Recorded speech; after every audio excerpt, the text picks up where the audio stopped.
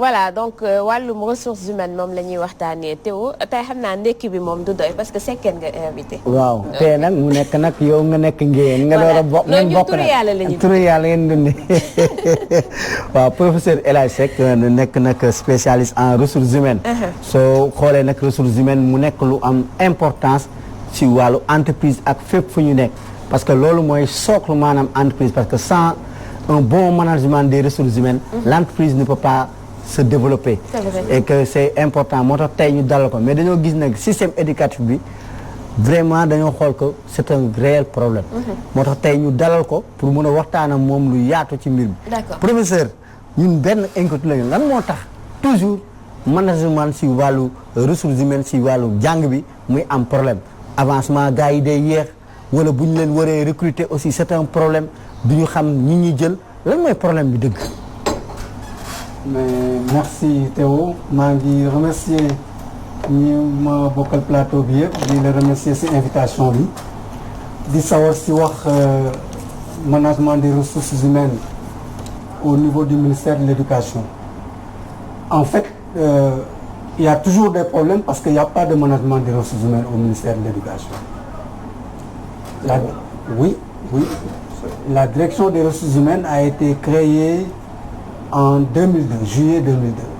Man nag du ma mun aayuma par cœur mais je sais que le décret a été signé le 2 juillet 2002. Donc depuis que le Sénégal a pris l'indépendance. Oui. Ça c'est grave. La direction des ressources humaines du ministère de l'éducation.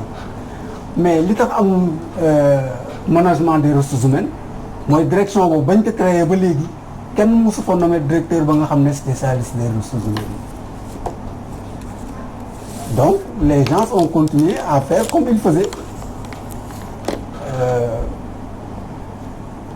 Manager les ressources humaines xam nga boo xoolee évolution bi on est parti de l'administration de l'administration du personnel de la gestion du personnel maintenant on parle de management des ressources humaines mais évolution yooyu yëpp dafa am ay impact dans la façon de diriger les hommes man bu may définir administration damay naan c'est une façon de conduire les hommes vers un objectif.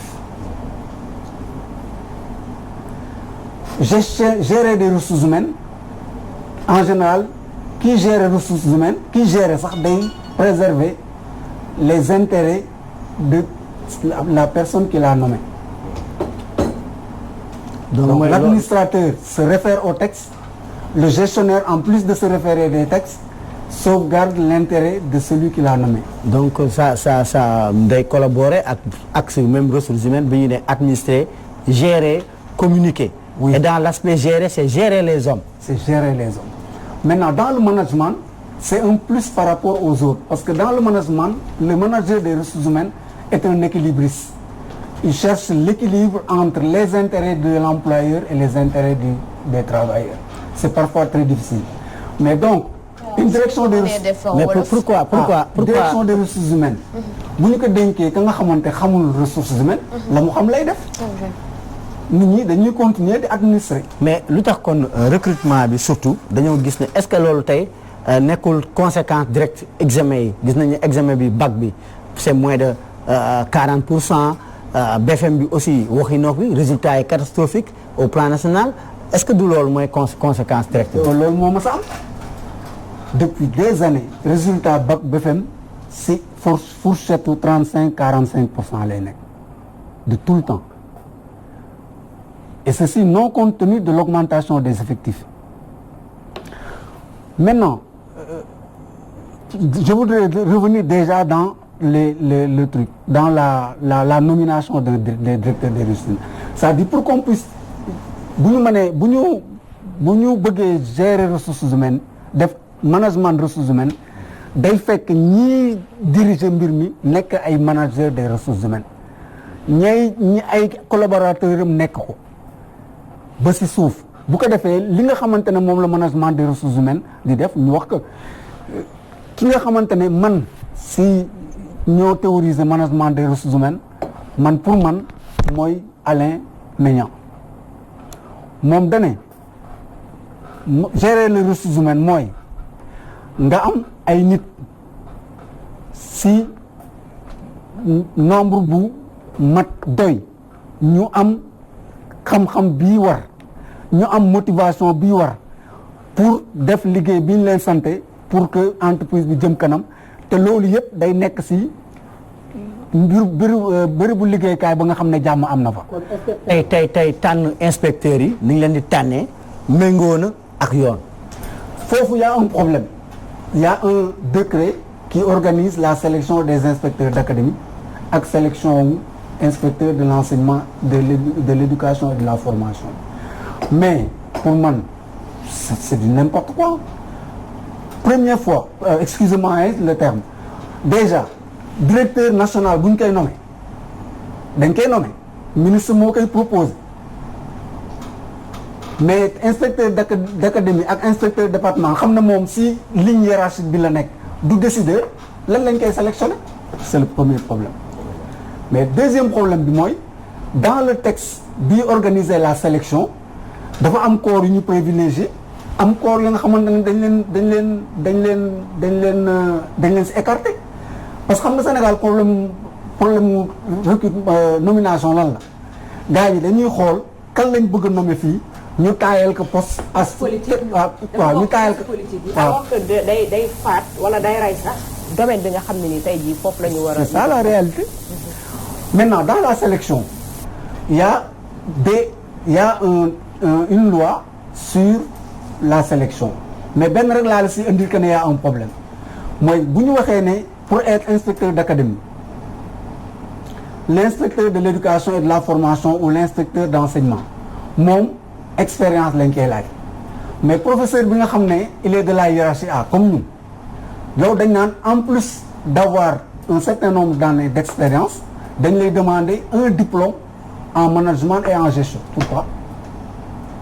Donc il y a paradoxe. Dans la formation de l'inspecteur loolu am si. Il y a paradoxe kon. Il y a un problème alors que dans l'ancien texte dañ doon wax ne pour être inspecteur d'académie il faut avoir un certain nombre d'années d'expérience au niveau de ces directions ou benn service il faut avoir au minimum une maîtrise loolu nag arrangé wul woon inspecteur yi parce que inspecteur en général temps boobu da ngay am brevet nekk inspecteur def formation ba nekk inspecteur alors que le professeur day am maîtrise am door a dugg mais boobu y avait un gentleman agreement qui faisait que dañu naan bu dee 10 postes 5 yi nañ nekk ay professeurs 5 yi nekk ay inspecteurs ku dem retraite bu dee inspecteur moo dem retraite naka professeur remplacé et vice versa mais au finish y a que des inspecteurs qui sont ñoom ñoo nekk ci inspection d'académie te loolu ni ñu moolee décret bi moom moo ko andi et même bu fekkee ne am na professeur ba nga xam ne réunir na conditions yi ñoom seen commission bi fexe nañ ba dañ leen di fexe ba écarter leen beneen bi mooy composition wu comité de sélection bi secrétaire général du ministère c'est le bokk directeur de cabinet ministère c'est le bokk ça ne fait pas sérieux bu doon ne sérieux na direction des ressources humaines moo war a def sélection bi et encore lii wane na loolu la mooy à part le ministre le premier niveau de recours c'est le directeur de cabinet ou le secrétaire général donc su commission bi sélectionné ku ñu lésé amoo recours parce que le seul recours c'est le ministre buy demander avis il demande l'avis au secrétaire général qui est le président de la commission c'est un problème. Donc léegi à ce rythme là est-ce que mën nañ bâtir système éducatif boo xam ne baax na d'autant plus que socle bi mooy ñi nga xam ne ñoo nekk ci kaw te war a manager parce que boo xoolee ñenn ñi dañuy ñëw ne séance pédagogique yi baaxul ni ñu koy defee wala sax bu amee tamit buy am bëriwul ni ñu ko war a defee donc est-ce que avec cela on peut vraiment bâtir un système éducatif de qualité? À mon avis système éducatif am na ñetti problème bu njëkk bi c'est le pilotage mooy dispositif bi ñu mettre en place pour que les décisions mën a dem ba ci suuf beneen bi y a un problème de gouvernance beneen bi il y a le problème des fonctionnaires à proprement parler te nag le problème des fonctionnaires à proprement parler gouvernement bi moo ko andi le problème du pilotage mooy bu ñu nee ministère de l'éducation am na enseignement public am na enseignement privé division la enseignement public ay direction yu bëri la am na direction enseignement élémentaire am na direction préscolaire am na direction moyen secondaire alors que enseignement privé mu ngi enrôler 13% de l'effectif des élèves c'est pas possible boo demee division ba ay 10 personnes ñoo koy piloté te résultat wu scolaire yi enseignement privé moo koy tiré même tous les concours d'élite concours général sélection Mariama Ba sélection collège du monde uni élèves yi yëpp soit ñu nekk cursus entièrement école privée wala une partie de leur cursus privé et nous avons les chiffres Mariama Ba en 2013 sur les 35 yi nga xamante ne ñoom lañ jàll 32 yi école privée lañ jóge oui concours général les meilleurs élèves yi fa am ni parce que soit dañuy am benn en tout cas l'élément préscolaire élémentaire en genre privé lañ koy def ñi seen parents am moyen continuer dans le moyen secondaire mais presque élèves tous les meilleurs élèves yi nekk Sénégal. mais lan la négligence la ou parce que bu ñu xoolee que c'est cette école publique qui a forgé ces hommes d'État qui sont devenus ce qu'ils sont aujourd'hui. waaw mais xam nga problème bi mooy nit ñi defuñu dara pour affaire yi changer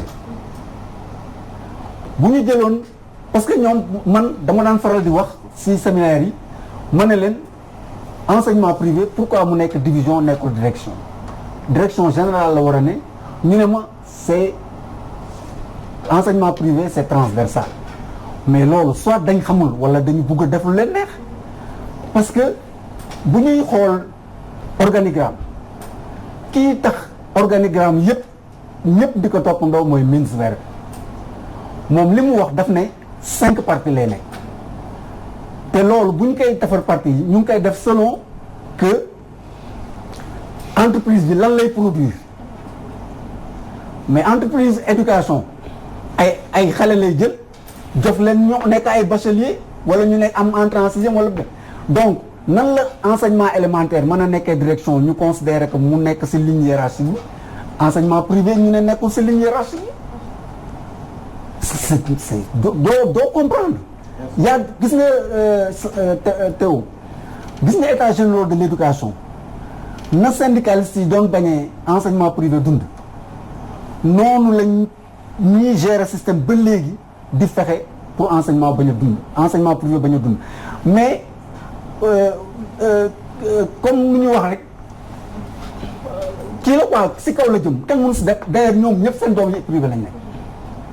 ku amul moyen doo sa doom du jàll. mais léegi même parents yi amul moyen da leen di jaral ñu yóbbu seen école seen doom yi privé chaque mère ñu dem wër seen mbokk yi saraxaatu pour ñu jox leen li ñu fay.